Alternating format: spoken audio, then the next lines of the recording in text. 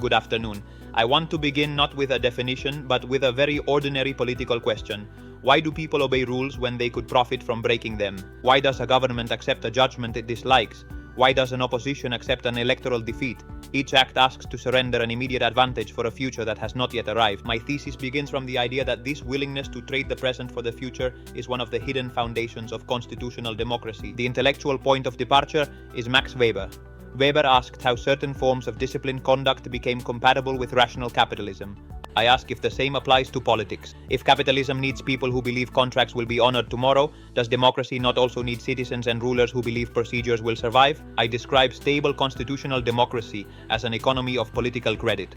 Political actors invest in institutions when they believe those institutions will continue to exist after the present conflict. Stability is produced not by the absence of conflict, but by confidence that conflict can be repeated and contained.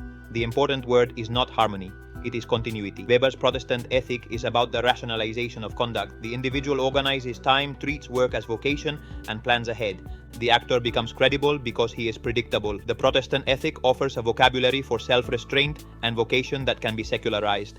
These qualities can be learned in schools, professions, and public administration. Civic habits make impersonal institutions easier to operate, and impersonal institutions make civic habits easier to acquire.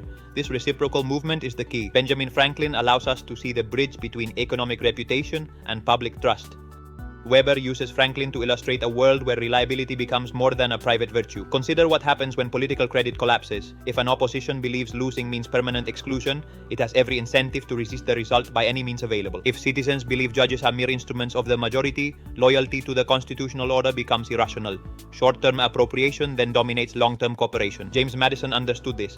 A constitutional system built upon institutionalized distrust can generate social trust. It asks us to distrust power to make cooperation more trustworthy. The American case matters not because it is morally pure, but because it shows how a framework of divided authority becomes a durable language through which even opposed groups make claims. Constitutional government is almost ascetic. It is the disciplined acceptance of limits in pursuit of a larger order. It says, you may win, but you do not possess everything.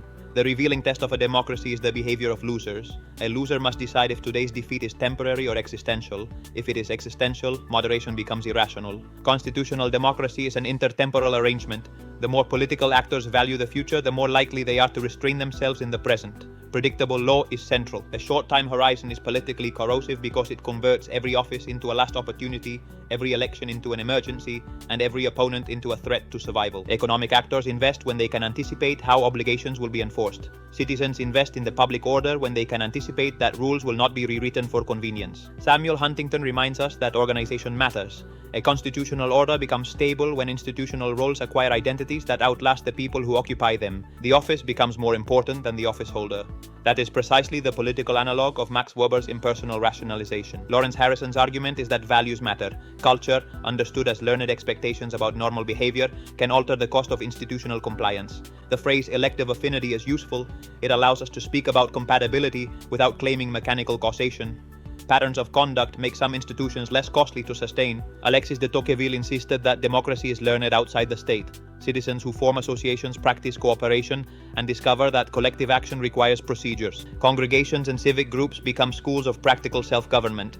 Repeated cooperation teaches that shared purpose can be pursued through rules rather than personal domination. Religious liberty transforms religious difference into a constitutionally manageable form of pluralism. It makes conviction compatible with common citizenship by lowering the stakes. I speak of the neutralization of conflict. This means converting absolute disagreements into disputes processed through a shared framework. Conflict becomes repeatable. Markets depend on repeated exchange. Credit depends on repeated performance. Constitutional democracy also depends on repeated interaction. When tomorrow matters, behavior changes today. I describe the Constitution as a technology of stability. It organizes incentives and distributions of authority. It anticipates imperfection and harnesses mixed motives for predictable outcomes. But design cannot do everything. Written institutions depend upon conventions and norms of restraint. This is where culture and constitution meet. Habits determine how actors exploit gaps. Political credit can be spent faster than it is accumulated. Each opportunistic rewriting of procedure may seem small, but repeated violations change expectations, leading to a spiral of defensive opportunism. Governance is multidimensional. World Bank indicators show that elections alone are not enough. Democratic stability is a conjunction of capacities and expectations. Values and democracy are reciprocal. Greater security and institutional effectiveness can change values, which in turn shape demands for participation. It is a self-reinforcing institutional equilibrium. I distinguish stability from simple regime durability. Reflexive stability requires genuine competition, legal limits, and the possibility that institutions can be used by those once excluded. The endurance of a constitution should not be confused with confidence in government. A constitution can be violated and still remain symbolically powerful enough to organize demands for its fulfillment. I distinguish democratic stability from simple regime durability. Reflexive stability requires genuine competition, pluralism, and legal limits. Duration alone tells us little about democratic quality. Federalism distributes authority and creates multiple arenas for participation. It can lengthen the political time horizon by multiplying opportunities for future competition. Separation of powers fragments control. Critics complain this produces inefficiency, but some inefficiency is the price of constitutional credit. It creates opportunities for legal review and public debate. Public office can be understood in vocational terms. The judge is not merely a person with power, but a participant in an office with internal norms. Professionalism bridges ethics and stability. The university provides an interesting analogy. Academic life depends on rules that allow disagreement without annihilation. Both the university and democracy require disciplined disagreement. Institutional quality emerges from mutually reinforcing arrangements. None of these variables is sufficient alone. Together, they describe an ecology of political credit. If habits can be learned, political culture is not destiny. Each peaceful transition can teach the next generation that transition is possible. Institutional improvement begins with small experiences. Expectations are where structure becomes action.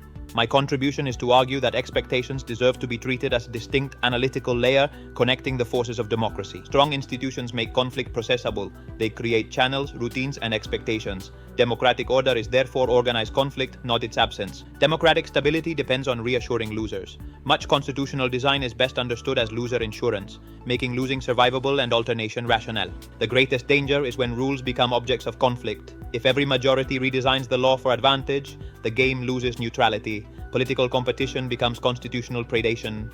Constitutional democracy has a spirit, a practical orientation toward conduct. It is a spirit of moderation without passivity and competition without annihilation. Democracy survives because people can imagine one another tomorrow. Constitutionalism is in this sense an institutionalized act of imagination. It is a spirit of moderation. Stable democracy requires people to preserve institutions they do not control, because they trust they will preserve possibilities they may need. Thank you very much.